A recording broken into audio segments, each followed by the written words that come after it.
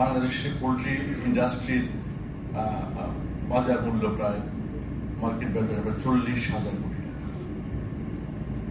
Fisheries এবছরও গরু মোটা তাজা করেছে তরুণ টাকা 1,25 লাখ।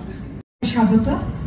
আমি এবার মঞ্চে আসার জন্য অনুরোধ করব Bitopi Das Chowdhury, country head corporate affairs, brand and marketing, Standard Chartered Bank, Nasir Ejaz Bijoy, প্রধান নির্বাহী কর্মকর্তা, স্ট্যান্ডার্ড চার্টার্ড ব্যাংক বাংলাদেশ, এবং জনাব শাহিদ সিরাজ, পরিচালক ও বার্তা প্রধান, Impress telecom limited, channel I, এবং chairperson, Standard Chartered Bank Bangladesh. Ms. Rehana Samdani, producer, Standard Chartered Channel I Agro Award. Channel I থেকে আগত আমাদের পার্টনার হৃদয় মাটি ও মানুষ টিম, মিডিয়ার সকল বন্ধুরা এবং সম্মানিত অতিথিবৃন্দ, আপনাদেরকে অনেক অনেক ধন্যবাদ। আজকে আবারও আরেকটি edition of Standard Chartered Channel I Agro অ্যাওয়ার্ডের লঞ্চের সময় আমাদের সাথে থাকার জন্য। আপনারা অনেকেই জানেন, একটু আগে যে একটা সামারি ভিডিও আমরা দেখলাম, অনেকেই আপনারা এইগুলো স্টোরিগুলো কভার করেছেন।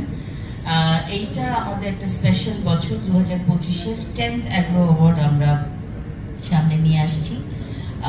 10 বছর একটি সিগনিফিক্যান্ট মাইলস্টোন, এবং এই 10 বছরে আমাদের যত অ্যাওয়ার্ডিজ আছেন, আমাদের অ্যাওয়ার্ডি ব্যক্তি পর্যায়ের আছেন, ইনস্টিটিউশনাল পর্যায়ের আছেন, অবভিয়াসলি তারা অনেক ভালো কাজ করেছেন, যেটা আমরা খুবই সম্মানিত বোধ করি যে ওনাদের কাজটা আমরা তুলে ধরতে পেরেছি একটা ন্যাশনাল স্টেজে। সো 10th অ্যাওয়ার্ডে আমরা আবারও গত 9 বারের মতো আরও কিছু উল্লেখযোগ্য এবং ইম্প্যাক্টফুল কাজ কৃষিতে আমরা তুলে ধরার চেষ্টা করব। কৃষিক্ষেত্রে অসামান্য অবদান রেখে আমাদের দেশকে যারা এগিয়ে নিয়ে যাচ্ছেন খাদ্যের স্বয়ংসম্পূর্ণতার দিকে, তাদেরকে স্বীকৃতি দেওয়ার লক্ষ্যে স্ট্যান্ডার্ড চার্টার্ড চ্যানেল আই এই অ্যাগ্রো অ্যাওয়ার্ড চালু হয়েছিল 2014 থেকে। এটা 2025-এ এগুলো পরে আমরা তিনজন করে প্রতিটা ক্যাটাগরিতে বাছাই করে নিয়ে আসি, এবং এরপর একেবারে ইন্ডিপেন্ডেন্ট একটা রিসার্চ টিমকে দেওয়া হয়, এটা যাচাই বাছাই করে পিপিটি প্রেজেন্টেশনের জন্য তৈরি করে, এবং সেটার সময় হচ্ছে 22 আগস্ট থেকে 25 আগস্ট পর্যন্ত। তারপর হচ্ছে আমরা জুরি সেশন রাখি, জুরিতে আমরা হচ্ছে আমাদের গালা ইভেন্ট প্রিপারেশন প্রায় 1 মাসের মতো লাগে, যেহেতু নমিনেশন যারা পেয়েছেন তাদের এভিগুলো তৈরি করতে হয়, সবার সাথে যোগাযোগ করতে হয়। গালা ইভেন্টটা মাঝখানে আমরা এবছর নতুন আরেকটা জিনিস রাখার চেষ্টা করছি, সেটা হচ্ছে আমরা গালা ইভেন্টের একটা অ্যানাউন্সমেন্ট, এরকম একটি প্রেস সংবাদ সম্মেলন আমরা করব, যেখানে আমরা অ্যানাউন্সমেন্টটা করব। পরবর্তী স্লাইড, আমরা একটা স্লাইড স্লিপ করে গেছি এই কারণে, যেটা আমি অলরেডি ব্যাখ্যা করেছি। আচ্ছা, এখন আমরা আছি হচ্ছে কোন কোন ক্যাটাগরিতে আমরা সচরাচর দেই। প্রথম হচ্ছে আজীবন সম্মাননা, তারপর হচ্ছে বর্ষসেরা কৃষক নারী, বর্ষসেরা কৃষক পুরুষ, পরিবর্তনের নায়ক, কৃষিতে যিনি পরিবর্তন এনেছেন, যিনি একজন আইকনিক পার্সন হয়েছেন, যাকে দেখে সবাই উদ্বুদ্ধ হচ্ছে, সেরকম একজন। তারপর হচ্ছে সংগ্রামী মেধাবী কৃষক নারী, সংগ্রামী মেধাবী কৃষক পুরুষ। আমন্ত্রণের সাথে সাড়া দিই চ্যানেল আই। তার আগে অবশ্য চ্যানেল আই 2004 থেকে নিজস্বভাবে কৃষি পদক চালু করেছিল। দীর্ঘদিন সেটা বিরতির পর পরবর্তীতে স্ট্যান্ডার্ড চার্টার্ড ব্যাংকের সাথে যুক্ত হলাম আমরা।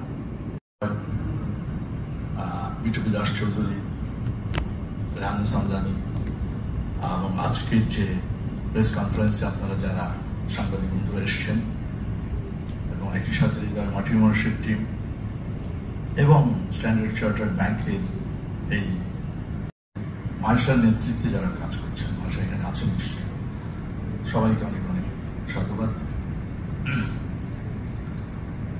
বাংলাদেশের কৃষির একটা ব্যাপক পরিবর্তন হয়েছে, এটা আমরা সবাই জানি, কোনো সন্দেহ নেই।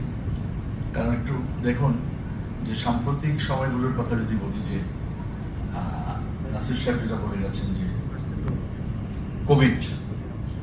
কোভিডে ভাবা যায় বাংলাদেশের পোলট্রি ইন্ডাস্ট্রির বাজার মূল্য প্রায় মার্কেট ভ্যালু প্রায় 40,000 কোটি টাকা। ফিশারিজ এবছরও গরু মোটা তাজা করেছে তরুণ টাকা 1,25 লাখ। এবার গরুর দাম মার্কেটে কমবে, আমার বিশ্বাস কমে আসবে, হ্যাঁ, অনেক কিছু মিলিয়ে। তো এই যে কৃষির একটা ব্যাপক পরিবর্তন, ফল ফসল শাক সবজি ফলমূলের, এটা উল্লেখ করার মানে চিন্তা করা যায় না যে আমরা আমাদের তরুণরা কোথায় নিয়ে যাচ্ছে বাংলাদেশের কৃষিকে। তাদের জন্যে আসলে এই অ্যাওয়ার্ডটা, যে এত ধরনের ক্রাইসিস আপনার জলবায়ুতে একটা বিশাল ইস্যু আছে, তারপর তাদের জন্য খুব ভালো মসৃণ যে একটা পথ, বলবো না আমি, এটা ঠিক মতো উপকরণের যোগান পায় না, ঋণ পায় না ঠিক মতো, সেই জায়গা থেকে তারা যেটা দেখিয়েছে সত্যি সত্যি এটা আশ্চর্য হওয়ার মতো বিষয়। তো এটার ধারাবাহিকতার জন্যে, এটাকে নানা টিকিয়ে রাখার জন্যে সরকারের পাশাপাশি বেসরকারি পর্যায় থেকে প্রণোদনা দেওয়া, তারপর যেমন স্ট্যান্ডার্ড চার্টার্ড ব্যাংক কৃষি নিয়ে কাজ করছে, তারা যেই অ্যাওয়ার্ডগুলো যাদেরকে দিচ্ছে সেখানেই ক্ষান্ত না, কিন্তু তারা তাদের পেছনে নানান সময় আছে এবং বাংলাদেশের কৃষিতে তাদের ইনভেস্টমেন্ট আছে। তারা ভাবছে আগামীতে এটাকে যখন কৃষিটাকে আরও যান্ত্রিকীকরণ করা হবে, যে এআই কৃষির সাথে যুক্ত হবে, অটোমেটিক্যালি তখন এটার বাজারটা অনেক বড় হবে, অনেক বড় হবে। তো যে কারণে আজকে এখানে যারা উপস্থিত আছেন তাদের উদ্দেশ্যে একটা কথা বলি যে দেখুন, আমরা শহর বাড়বে, আমরা শহরে বসবাস করছি। আগে ঢাকার শহর যতটুকু ছিল এর পরিধি এখন অনেক বেড়েছে। তো কৃষি জমিগুলো তো গ্র্যাব করেই তো শহর হচ্ছে, এটা শুধু বাংলাদেশের চিত্র, সারা পৃথিবীর চিত্রই হবে। তো অটোমেটিক্যালি নগর কৃষক বলতে একটা বিষয় আছে, হতে হবে, কারণ গ্রাম ছোট হয়ে আসবে, শহর বড় হবে। স্বাভাবিকভাবেই শহরের এত কোটি কোটি মানুষের জন্য ওই গ্রাম থেকে এত খাদ্য আসবে না, তাহলে নগরে কৃষি হতে হবে। সেই কৃষির ধরনটা, সেই কৃষির ধরনটা পাল্টে যাবে, একেবারেই পাল্টে যাবে। আমরা এখন এতগুলো ভাত খাচ্ছি, একসময় এত ভাত খাবো না। আগে আমি যখন সে 80 দশকে মাটিগঞ্জ করতে যেতাম, একটা কৃষককে দেখতাম যে এক গামলা ভাত নিয়ে বসেছে। আপনারা সবাই জানেন, একটা কাঁচামরিচ, 2টা পেঁয়াজ, আর হার্ডলি হয়তো একটু তরকারি যদি থাকতো। কিন্তু দিনে দিনে এই ভাতের পরিমাণ কিন্তু কমে আসছে। ওই প্লেটের ভিতরে ভাত কমেছে, এখানে সবজি এসছে, মাছ আসছে, তরি তরকারি এসছে। এখন যারা এফোর্ড করতে পারে তাদের আবার খাবারের পরে সে একটা ফ্রুটস খায়, কারণ অ্যাভেলেবেল।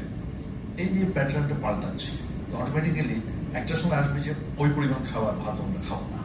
কারণ আপনার বাবা, আমার বাবা বা আমার দাদা চাচারা যারা কৃষি করছেন, সে দেখুন তিনি এখনো পর্যন্ত